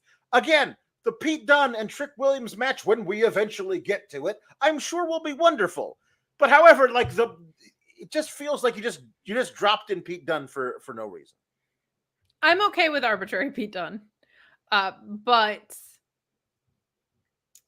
you can't do nothing. Yeah, you can't do nothing from Trick's side to explain why he's not going after the title or involved with anybody in the match where he lost his championship after defending it twice, once at a house show. Right. Like, he should at least be feuding with the other guys that were in that match, and Sean Spears should be fighting him. That's a perfectly suitable thing. Yeah. Yeah. Sean Spears can take that L. Doesn't matter. Yeah. I mean, again, I don't even know how you would book this in a way that was beneficial to both parties, but I could easily see Oba like talking down to Trick Williams and starting that as a thing. You know what I mean? If that could be a prolonged thing, you know, where the first match ends in a double count out or whatever. Like, it could be, it just, again, the Pete Dunne versus thing will be fun, but it just feels like it just came out of nowhere because you have no other ideas for what to do with Trick Williams now. It feels too early for Oba to have like a fuck finish, but if you had Trick either lose and be like, I can't get a finger on gold to save my life, or somebody cost him and he just loses. Sean Spears cost him that match too, and he's like, man, you are fucking always in my way when it comes to me and having my titles. Yeah, like I mean, that. You got to give him something to do, and so they've done that with Pete Dunne. But anytime a guy sometimes you do a thing where a guy loses the title and he doesn't immediately go after the guy that took the title, because he's got something else that takes precedent currently. And I just don't feel like they've done enough to make Pete Dunne that for him. No. Yet. They have not. And again, if you're in a fatal 4-way, it should probably be one of the other 2 guys that was in that match. Especially since he's had this friendship with Javon. Like, play with that. Yeah. JC Jane, Jasmine Nix, Fallon Henley defeated Lola Vice, Solruka, and Carmen Petrovic, who had the upper hand for most of the match, but then lost because rookies, I guess. Yeah, I think they were supposed to have gotten outsmarted here. I guess, yeah, by JC Jane, who I guess, you know, technically a veteran, Fallon Henley, who is as much of a veteran as the most veteran part of their team, and also Desmond Nix, who's been here the shortest amount of time. 10 minutes. Way less time than Solruka. I mean, okay. I don't know. This was fine. I liked the triple running button to the corner. There's a lot of running butts. Lot of running butts today. There's a lot of running butts in running NXT. Butts today. Yeah, a lot of running butts. This is not over. No, of course it's not, because all Fallon and JC and Jazzy have been doing is losing. And they got one match where they won, and now I guess they'll say that they, you know, need to have a, you know, another shot at something, I guess. I'm wondering if like Cora Jade or Nikita Lyons comes back. Yeah. And then there's another rookie that maybe Kendall Gray jumps into that, or whatever. You know what I mean? Like that there's it becomes a 4-on-4 instead. This was a rough episode, so it might have just been the frame of mind I was in at the time, but it felt like everybody other than Solruka was just doing moves. And so Ruka felt like the only one who was in there like working her ass off to tell a story. But the rest of it just seemed like moves were being executed. Cyclo has a wonderful question. Why can't JC and Fallon just target Carly and Kendall, who were actual rookies? That would be so simple and direct. And then, anyway. So anyway, veterans won. Another thing that happened was that we got a setup for Tatum versus Kalani next week. Yes. With Wendy Chu being creepy in the background. So just here's hoping for Wendy Chu to put her thumb on the scales next week, and we move out of this Kalani thing, and you do more to get her a real personality and story and something, so that she is a character and not a woman who does really good moves who is the champion. I would love to see that. And then once you've done that, they can circle back around to title contention, because it just feels like she feels like a cipher to me. Tater. Yeah. What did you? Yeah. These girls are freaking me out, Alex. They're great. They're so good. They're so creepy. I love this doll thing. They're so good. There's something really like, because the dolls are being representative just feels so like, it's like Sid in Toy Story, creepy ass weirdos. Yeah. I mean, justice for Sid in Toy Story, because how is he supposed to know they come alive? But this was I liked these segments. I think it could be good if the in-ring story shows up for Kalani as far as like some sort of character development, because right now she doesn't have a ton, but going against creepy gals is a good way to let's hope that brings something out. Let's hope that pulls something out in ring, especially Wendy looking like her eyes were glowing was creepy as so cool. I love that. The makeup is so good. Unreal. Good job by them. Ace saying the vets will be going after Stephanie, Delta, and Julia when they get to NXT. Honestly, that would be a kind of a cool way for like them to debut. And it's like, there are no rookies who could even come and get in and come and try us. And then they just walk out, all three of them, and they just destroy them. And then they all look at each other and walk off separately. We're not together. We just asserted ourselves. That it'll be the three of us coming after us. I think that would be really good. That would be really cool. JC Jade is starting to feel, I don't want to say this because it's not reflective of her abilities as a wrestler. She's feeling like a little bit pathetic with the amount of losses she's taken. They really, really need to get her some more meaningful wins. Tonight was a start, but this right here is Tater how you make them feel extremely intimidating. Is calling them Tater Chew. So Tater Chew. Yep. That's very good. Roxanne Perez versus Thea Hale. The Thea Hale backstage little thing with Ridge. It always feels creepy. I'm sorry. It just does. And then there was this really weird moment. He was like, "You need to do whatever you have to become the champion. You must do whatever it takes." She's like, "Yeah, whatever it takes."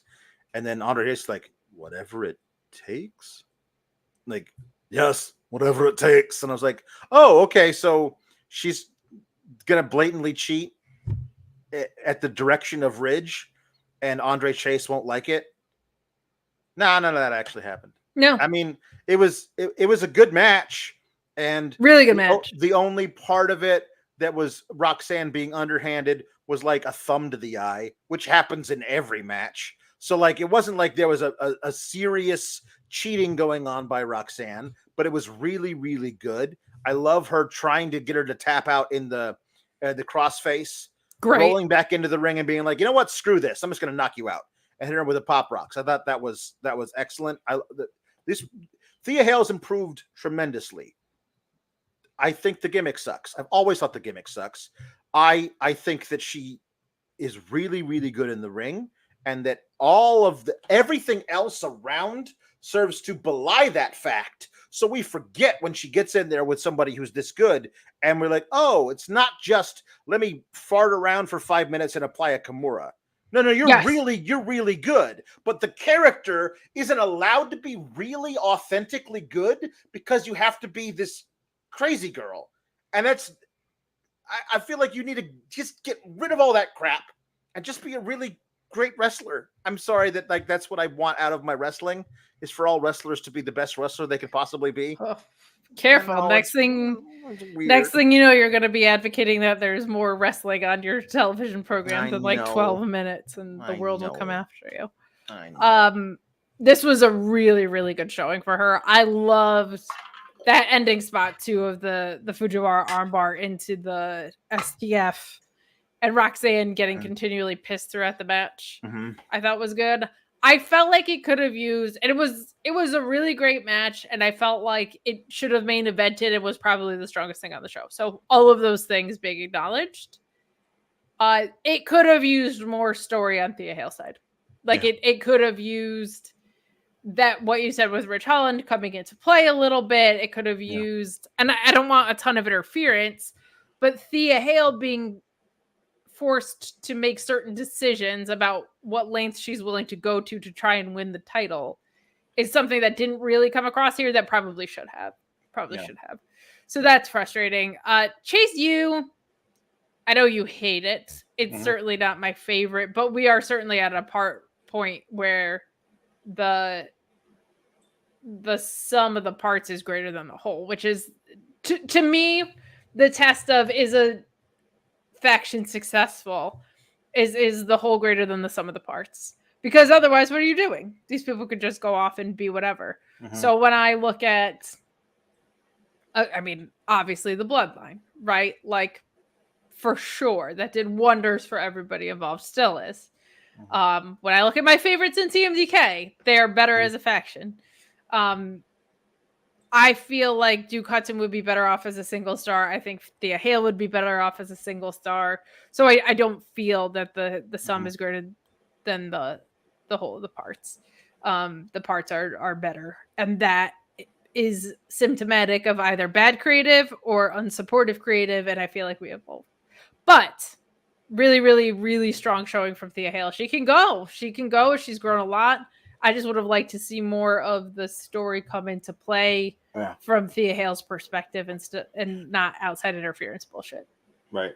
I don't know. It's a simple fix to me. You just have Chase U, Andre Chase, close down the university. Figure out. That's what I thought they were going to do when they were under investigation. They're finally going to close it down, and then he just opens a wrestling school. And like that makes sense to me. But like you as a fake professor of a fake wrestling college, like, but not like the history of wrestling, not like how to do wrestling, but the history of wrestling, but like not really, but your entire classroom is in a room that has curtains for walls, and there you have some students, but they aren't actually there all the time. It's all very dumb. Tuition is paid by a calendar or Ridge Holland. Like there's right. Yes, all of that. Yeah, it is a random assignment of things. Between Rox, Thunder Rosa, and Athena all killing it, Texas is having a moment in women's wrestling. So now we have finally something good going on in this shithole of a state, says Luis. He says, I am from Texas, so I should know. That is very fair. And the Ring of Honor women's division being on fire and Athena being from Texas certainly supports that claim as well. So good shit. Good shit there. Bad Apple Jam Treebeard says they need Julia, Delta, and Steph as female radicals. No. Sorry, just a personal preference. Absolutely not. They're all single stars. Yeah. They would be harmed by working in tandem rather than helping. Will Chisholm says, I love the young OG promo. His story sounds real. As a kid of divorced parents, you do get mad. Yeah, it's very real. And it's great. It's really, really good. I just need them to I need them to already know what the next 3 months of Javon Evans programming is. Yeah. When you drop this vignette, you have to back it up immediately next week. And then the week after that, and the week after that. Because you have made us grow attached to this kid, So don't put him in a terrible, nonsensical feud. Don't have him middling about doing nothing. What are we doing with Javon Evans? You guys need to know. I don't need to know yet, but you need to know. Tonight, he made a great American splash.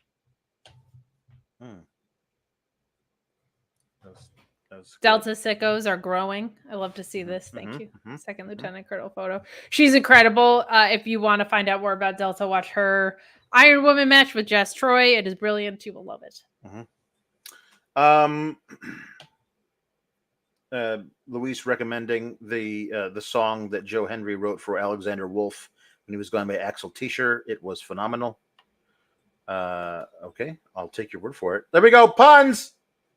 Hey, puns, music puns. We got lots of them. We got 71 now. ENR says Tempo Team 2000 and Techno Team 2000. Perfect. Yeah. I love the Down ones the that Valley says on Corey Graves. Very nice. Louisville says Jam Band Bigelow. Jam Band Bigelow? Yes. That's incredible. Lieutenant Colonel Photo says Xavier Woodstock. Very nice. And the C. Delgado says the obvious ones: Prince Nana and Queen Aminata. Very nice. ENR says Banjo Hendry. Banjo Hendry. I thought like ding ding ding ding ding ding ding. Sure. I was like, ban him. No, not his fault. The creative hasn't been good. This Ricardo says Art Bar. Okana drum roll, rim shot lariat. C. Delgado says Darby Allen Parsons Project. And Booker Parsons Project is really funny. And Booker T Rex. Or just Booker T and the MGs. That's a good band. Tris Barrera says Oasis Sister Abigail. Now here's Oasis Sister Abigail. ENR says Terry Funk. Perfect. And Arpeggio Femi. Chris Pereira says the Smoking Guns and Roses. Very nice. ENR says Legato del Fantasma. Wow. Well done. Lieutenant Colonel Photo says Burning Man Swa. Tim McFowle says Nickel Ryback. Oh, this is how he reminds me. Meet Norma says Penta El Cerro Metronome. Very nice. Penta El Cerro Metronome. Nirvana ha na na ni na ha na na na. That's a special one. Chris Pereira says Metaphor Non Blondes. Very nice. ENR says Damian Judas Priest. Lieutenant Colonel Photo says Bonner Ruby Soho. I went to Bonnaroo and the car I went in broke down on the way there, and it was with people who abandoned us, and I had an adventure getting back. I'll tell you someday when we have more time. Probably a behind the paywall story. Wow. It was an adventure that my parents to this day know the surface level details of. Wow. Nothing to hide from them, but just make them retroactively nervous. Just Ricardo says the Mega Death powers. The Mega powers, but also you could do the Mega Death Triangle. Ooh, very good. Bad Apple Jam Treebeard says Doba Cat Me. Taylor Swerve. Taylor Swift. Techno Tay 2000. House of Black Sabbath. Off Springboard Oscutter. ENR says it's Sing. Very good. Meet Norma says House of Black Sabbath. Hootie and the Bobby Fish. Bad Apple Jam Treebeard says it's a Green Day. Yes, it is. Very nice. Just Ricardo says Creedence Clearwater fucking revival. Lieutenant Colonel Photo says I swerve when I stage dive, and I swerve when I stage dive. Very good. Bad Apple Jam Treebeard says Florence and the Shatter Machine. Wow, that's very good. Master Abaddon. Wow, a Mastodon. I love it. I love it. I'm here Bad for Apple it. Jam Treebeard says, as Brody Lee would say, the yes. Just Ricardo says, you're so vain. You probably think this song is about Chase U. You're so vain. So Bad Apple Jim Treebeard says Triple H's old nickname. Triple H's old name, Pantera Rising. Wow. Nicely done. Luis Polito says, because I am a Denzel Curry mark, Ult Warrior, The Last Outlaw, Speedboat Mike Bailey, Taboo Tuesday, and that's it. LOL. Well done. Meet Norma done, says sir. Fleetwood Willie Mack and Samoa Banjo. Very nice. Lieutenant Colonel Photo says Banjo. Sydney Opera House of Black. Very good. Look, just Ricardo says Piccolo, but there's a W in there, so it's Piccolo WO. Well played. Silver Apocalypse says Bailey Greenwood. Very nice. Lunatic Fringe Vashon. Major Guns N' Roses and Becky Lynch Mob. Louisville says Glastonbury Howowitz. Just Ricardo says Earth, Wind, and Alba Fire. That's really Kim good. Gray says Kenny Omega Chesney. Liv Morgan Wallen. Meet Norma Nice. says, if you have a limp biscuit, promo code Fightful. Well Just done. Ricardo says Garth Brooks Jensen. Very good. Xavier Trisha Yearwoods. Nice. T-Electric Mayhem sells Celtic Lady Frost. Band Edo and Spot Festify. Very nice. Reg's favorite music streaming platform. True Infamous says Tommaso NLE Ciampa. I don't get it. Tommaso NLE Ciampa? Ciampa. I don't know NLE. I'm sorry. We're old. Sorry. Or I or assume maybe it's I don't because know we're about old. enough about musics. Meet Norma says the playlist of Jericho. Jukebox type structure. Oh, NLE Choppa is a rapper. I confess to being very white. So, I was gonna say, so I'm not old. I'm just lame. I'm just. We're just old. It's fine. I know Kendrick. He was a big deal. I know. Hold on. I was gonna say. I know about the Kendrick Lamar, but you know about them. But You I know- only know about him because of the things he's doing with the drink. So Of course. You know who else you know about? who's that? The Migos. The Migos. I also know the Migos. It's true. R.I.P. R.I.P. one of the Migo. Migos. Yes, one of the Migos is sadly no longer with us. It's true. Luis Polito says Samoa Joe's finisher, Gojira Clutch. Gojira rules. I love that they got to play Insert the Clever Olympics. Tegan Knox Pun says Tegan, no effects. Wow. ENR Well says, done. from my mini-me, H.A. Harry Styles. Very good. Very, very good. Just Not a flat Ricardo earther to my says knowledge. Abaddon Henley. Very good. And that's actually double. That's two. Because it's Abaddon, but it's also Abba and Don Henley. That's some good play on words there. You Honestly, are really the dancing them. Yeah. Tom LaValle says amazing Red Rocks Oh, And- amazing venue. and Hollywood Bowl Hogan. Guys, last call for super chats and humper chats. Louisville says bad dude concert Toe. He killed it against Barnett this weekend. Just Ricardo says in honor of SummerSlam, Cleveland rocks. I'll take it. Lieutenant Colonel Photo says for Allie from my wife. Long live Morgan. I'm gonna assume that's a Taylor Swift thing that I don't know. Could be. Her last album had like 480 songs on it. I'm sorry. Lord Kev says Allison Chain Wrestling. Picasso TM says Jay-Z Uso. Very nice. Bad Apple Jim Treebeard says Biggie Papa Pump, and Tupac Shakur. Very well done. Electric Mayhem says Bishop Chaka Khan. Raven's Flock of Seagulls. Very nice. Tim Gray says Rebel, not Reba McIntyre. Meat Norma says Metaphor Tops, Queens of the Robert Stone Age. Well done. Greg Cherry says Montez Cord, Time Signature Move, Alex in Chains, thank you. Big Josh Spice, Breaking Shelton Benjamin, Alter Bridging German Suplex.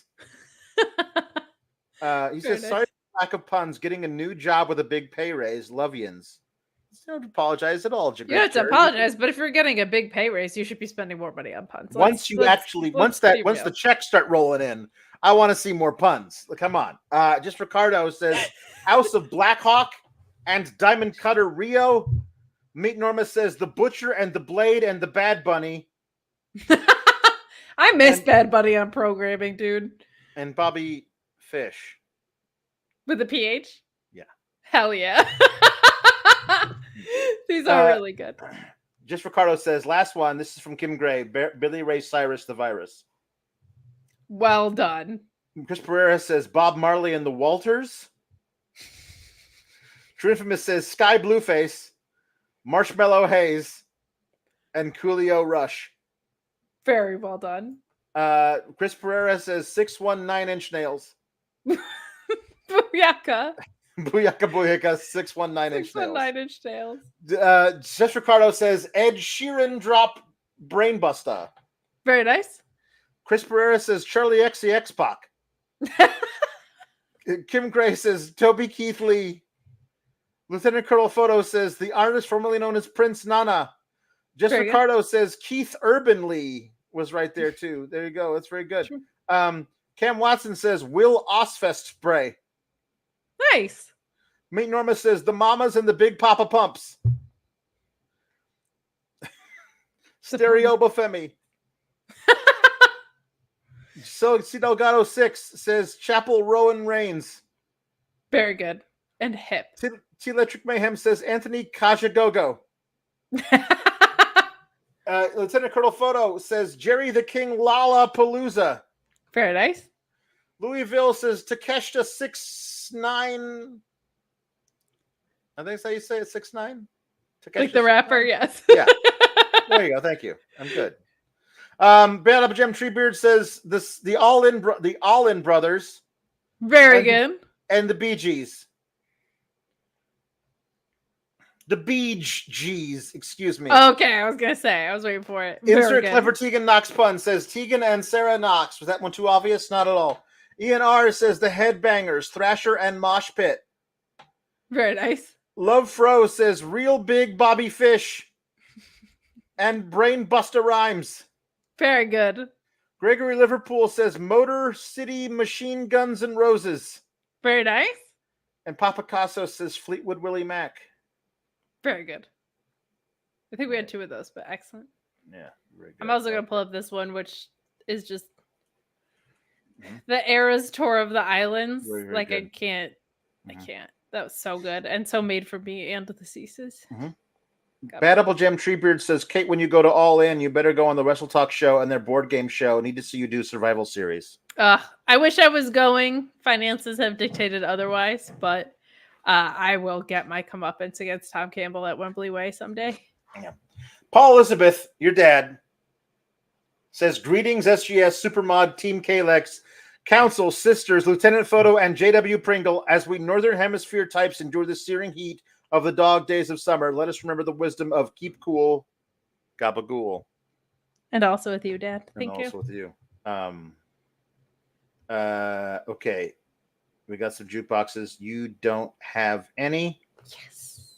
It's your favorite when you don't have any. I love when I don't have to do any work. It's the best. Okay, we are. I just only have like 2 impressions, so it makes me feel inferior. And I think we know I shouldn't be expanding that based on Select last night, where I did a very bad Dusty Rhodes. But it was very funny. It was very funny. Okay. For the wrong reason. Oh, sorry. It was very funny. Hello. Tom LaValle says, Linda to sing Pink Pony Club by the Chapel Rowans. By the Chapel Rowans? I know you wanted me to stay, but I can't ignore the crazy visions of me in LA, and I heard that there's a special place where boys and girls can all be queens every single day. I'm having wicked dreams of leaving Tennessee. Here's Santa Monica. I swear it's calling me. Won't make my mama proud. It's going to cause a scene. She sees a baby girl. I know she's going to scream. God, what have you done? You're a pink pony girl, and you dance at the club. Oh, mama, I'm just having fun.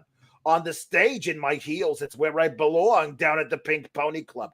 I'm going to keep on dancing at the Pink Pony Club. I'm going to keep on dancing down in West Hollywood. I'm going to keep on dancing at the Pink Pony Club. The Pink Pony Club. Thank you. Linda would love the Pink Pony Club, I feel like. Oh, my God. Of course. Of course. Story tracks. Just You're a Pink Ricardo Pony girl. says Darby Allin to sing Alexa Bliss by Bowling for Soup. She saw me for the first time in Columbus, but she was with her friends, and I was in a tour bus. A few months later, she was wearing my shirt in a photo shoot.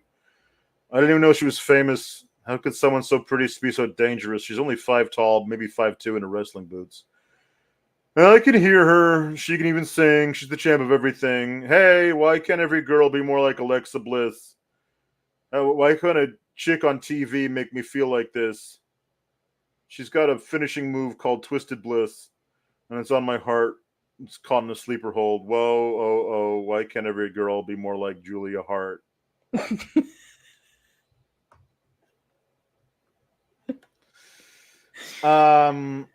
Okay. Okay, just Ricardo wants Scripps to do music by Madonna. The triumphant return of Scripps last night to the fold. I don't know if he's listening. know, to the main roster. Hi there, it's me. It's Jesse the Body. It's formerly Scripps, now back to being Jesse the Body. But here we go. Hey, Mr. DJ, put a record on. I want to dance with my baby. Do you like to boogie woogie? Do you like to boogie woogie? Do you like to boogie woogie? Do you like my acid rock? Mean Gene. Hey, Mr. DJ, put a record on. I want to dance with my baby when the music starts. I never want to stop. It's going to drive me crazy. Music, music, music, music, Mean Gene. Music, music, McMahon. Music, monsoon. I think that's it. I'm not gonna do anything else. I feel like that's about it. We're gonna move on. Okay. Well, we appreciate so you stopping by. We missed you, man. I missed me as well. You know, I missed being here with all of you people, but I've got to go. Okay, we love you. Okay. We'll see you soon. All right, we'll see you. It's me, baby. How you doing? I thought you thought I was gone. I'll see you soon, Jesse. I'm sure in a few years. All right, here we go. T Electric Mayhem wants Ghosty Road to sing "Sue Sue Studio" by Phil Collins. Here we go. And this is the #1 hit, man. How do you not love "Sue Sue Studio"? Oh. There's the girl that's been on my mind, daddy, all the time. Sue Sue Studio. Whoa. Now, she don't even know my name, baby, but I think she likes me just the same. Sue Sue Studio. Whoa. If she called me, I'd be there. I'd come running anywhere. She's all I need all my life. I feel so good if I just say the word. Sue Sue Studio, if you will. Just say the word. Oh, Sue Sue Studio. That's hard time. You have some extra love in your voice today after you were under the weather yesterday. I feel a lot better now. This honestly, I don't even know what I would like. It was a higher voice register, something weird. The cadence was all off. The accent was weird, but something was bad. But now we're back in bed. We're good. Here we go. Hell yeah. T Electric Mayhem says the jukebox for Ghosty Roads to sing Cold Beverages by G Love and the Special Sauce. It says that T Electric Mayhem was the one who forwarded the Babes shirt to Alex. Oh, hell yeah. Love that for you. Or Alex, I mean. From Alex to you, T Electric Mayhem. Thank you so much for the Babes shirt forward. Could I get a cold beverage, Daddy? I need some leverage. It's sweaty outside. Some lemonade would be nice, or a Sprite from the drive-thru at BK. Yo, I'll buy a girl a drink, but a girl's got to pay on the front porch. Yeah, I got some iced tea. Like a taste of tea, then come along with me. Summertime is steaming, Daddy. Don't give me no bug juice, if you will. Yeah, grab some ice and a dash of vermouth. It's martini time. Yeah. Yeah, feeling golden, Daddy. Bring your own beverage. Just make sure it's cold. I like cold beverage. Yeah. I like cold beverage. Yeah. I like cold beverage. Yeah. Uh-huh. That's right. Thank That you. was beautiful. All right. Love that for you. This apparently you do the request something from you for Ricky Rainbow to sing to go out on, because that we got to have one for Ricky Rainbow. Otherwise, the Cease twins get really upset. It's so here we true. Go. We got one last one for me, and then I guess Ricky will show up. Okay. Can the Ghost of Dusty sing "Welcome to the Jungle" by Guns N' Roses? Yeah, I do love Thea, the name of their band there. Welcome to the jungle, baby. We got fun and games. We got everything you want, honey. Well, we know the names. We are people that you find. Whatever you may need. If you got the money, honey, we got your disease, baby, in the jungle. Welcome to the jungle. Ha-na-na-na-na-na-na-na-na-na. Watch it bring you to your knees, baby. Mwah, I want to watch you bleed. Welcome to the jungle. We take it day by day. If you want it, you're going to bleed, but this is the price you pay. You're a very sexy girl. We're very hard to please. You can taste the bright lights, but you won't get there for free in the jungle. Welcome to the jungle. Feel my serpentine, if you will. I want to hear you scream. Baby daddy. Thank you. That was beautiful. All right, well, I think I'm gonna head back to the great beyond. I wonder if somebody else is here to sing a song by request for you. Oh, well, fantastic. Enjoy the great beyond. I'm glad you're feeling better. All right. Bye. Bye. Hello. Hello. I've been called. Is there a song you would like me to sing, Kate? I would like you to sing 22 by Taylor Swift. 22 by Taylor Swift. Have you ever met Taylor? Well, back in her earlier self, before she was in this era. Oh, okay, different era. When she, the earlier version of her, before she was a big mogul. When she was babysitting Jeff Jarrett's children and the whatnot. That's right. It feels like a perfect night to dress up like hipsters and make fun of our exes. It feels like a perfect night for breakfast at midnight to fall in love with strangers. Yeah, we're happy, free, confused, and lonely at the same time. It's miserable and magical. Oh, yeah. Tonight's the night when we forget about the deadlines. It's time. I don't know about you, but I'm feeling 22. Everything will be all right if you keep me next to you. You don't know about me, but I'll bet you want to. Everything will be all right if we just keep dancing like we're 22. 22. Thank you. Keep cool, Gabagools. Keep cool, Gabagoos. Toodles.